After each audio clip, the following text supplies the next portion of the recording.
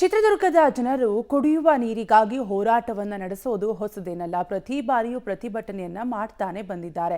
ಆದರೂ ಕೂಡ ಅಧಿಕಾರಿಗಳ ನಿರ್ಲಕ್ಷ್ಯದಿಂದ ಕುಡಿಯುವ ನೀರಿನ ಸಮಸ್ಯೆಗೆ ಒಂದಲ್ಲ ಒಂದು ರೀತಿ ಪರಿಹಾರ ಈಗಲೂ ಕೂಡ ಅವರಿಗೆ ಸಿಗ್ತಿಲ್ಲ.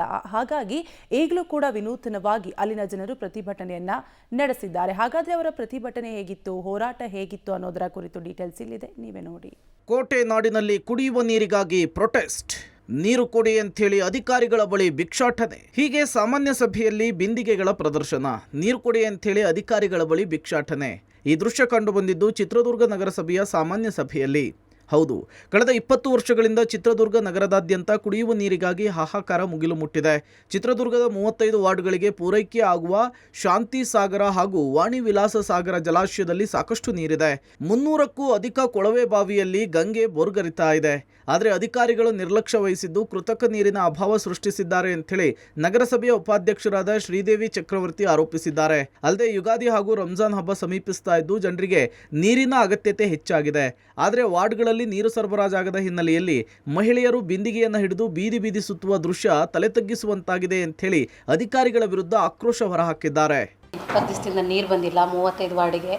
ಕೇಳಿದರೆ ಮೋಟ್ರ್ ಕೆಟ್ಟೋಗಿದೆ, ಅದು ಆಗಿದೆ, ಇದು ಆಗಿದೆ ಅಂತೇಳಿ ಬೇರೆ ಬೇರೆ ಮಾಹಿತಿ ನೀಡ್ತಾರೆ. ಕಮಿಷನರ್ ಯಾವುದೇ ರೀತಿಯಾಗಿ ಇದ್ರ ಮೇಲೆ ಆ್ಯಕ್ಷನ್ ತೊಗೊತಿಲ್ಲ.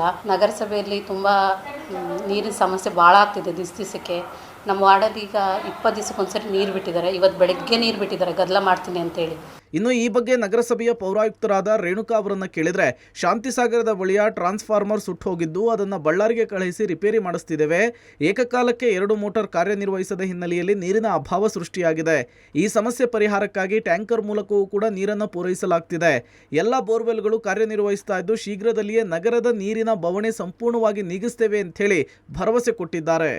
ಈಗಾಗಲೇ ಸ್ವಲ್ಪ ಶಾಂತಿ ಸಾಗರದಲ್ಲಿ ಒಂದು ಟ್ರಾನ್ಸ್ಫಾರ್ಮು ರಿಪೇರಿ ಆಗಿತ್ತು, ಅದನ್ನು ನಾವು ಬಳ್ಳಾರಿಗೆ ರಿಪೇರಿಗೆ ಕಳಿಸಿದ್ವಿ. ಹಂಗಾಗಿ ಅದು ಇವತ್ತು ಈವ್ನಿಂಗ್ ಅಷ್ಟರಲ್ಲಿ ಡಿಸ್ಪ್ಯಾಚ್ ಆಗುತ್ತೆ, ನಾಳೆ ಬರುತ್ತೆ. ನಾಳೆ ಈವ್ನಿಂಗ್ ಅಷ್ಟರಲ್ಲಿ ಅದನ್ನು ಮಾಡಿ ನೀರಿನ ಸಮಸ್ಯೆ ಬಗೆಹರಿಸ್ತೀವಿ. ಅಲ್ಲಿ ಸ್ವಲ್ಪ 2 ಮೋಟ್ರು ರನ್ ಆಗುತ್ತೆ. ಆ ಟೈಮಲ್ಲಿ 1 ಮೋಟ್ರು ರನ್ ಆಗ್ತಿರೋದ್ರಿಂದ ಸ್ವಲ್ಪ ನೀರಿನ ಪ್ರೆಷರ್ ಕಮ್ಮಿ ಆಗಿದೆ. ಅದು ಬಿಟ್ಟರೆ ಇರೋಂಥ ಬೋರ್ವೆಲ್ ಏನು 340 ಬೋರ್ವೆಲ್ ಇದೆ, ಬೋರ್ವೆಲ್ಲು ಸಹ ವರ್ಕ್ ಆಗ್ತಿದೆ. ಅದರಲ್ಲೂ ನಾವು ನೀರು ಕೊಡ್ತಾ ಇದ್ದೀವಿ. ಮತ್ತು ಟ್ಯಾಂಕರ್ ನೀರು ಸಹ ಕೊಡ್ತಾ ಇದ್ದೀವಿ. ಪ್ರೈವೇಟ್ ಟ್ಯಾಂಕರು ಸಹ ತೊಗೊಂಡು ಅದರಿಂದ ಈಗ 1ರಿಂದ 5ನೇ ವಾರ್ಡ್ಗಳಿಗೆ ಟ್ಯಾಂಕರ್ ನೀರು ಕೊಡ್ತಾ ಇದ್ದೀವಿ. ನಾಳೆ ಈವ್ನಿಂಗ್ ಅಷ್ಟರಲ್ಲಿ ಸಮಸ್ಯೆ ಬಗೆಹರಿಯುತ್ತೆ, ಏನು ಪ್ರಾಬ್ಲಮ್ ಇಲ್ಲ. ರೆಗ್ಯುಲರ್ ಆಗಿ ವಾಟರ್ ಕೊಡ್ತೀವಿ. ಒಟ್ಟಾರೆ ಚಿತ್ರದುರ್ಗದಲ್ಲಿ ಉತ್ತಮ ಮಳೆಯಾಗಿ ಜಲಾಶಯಗಳಲ್ಲಿ ಸಾಕಷ್ಟು ನೀರಿದೆ.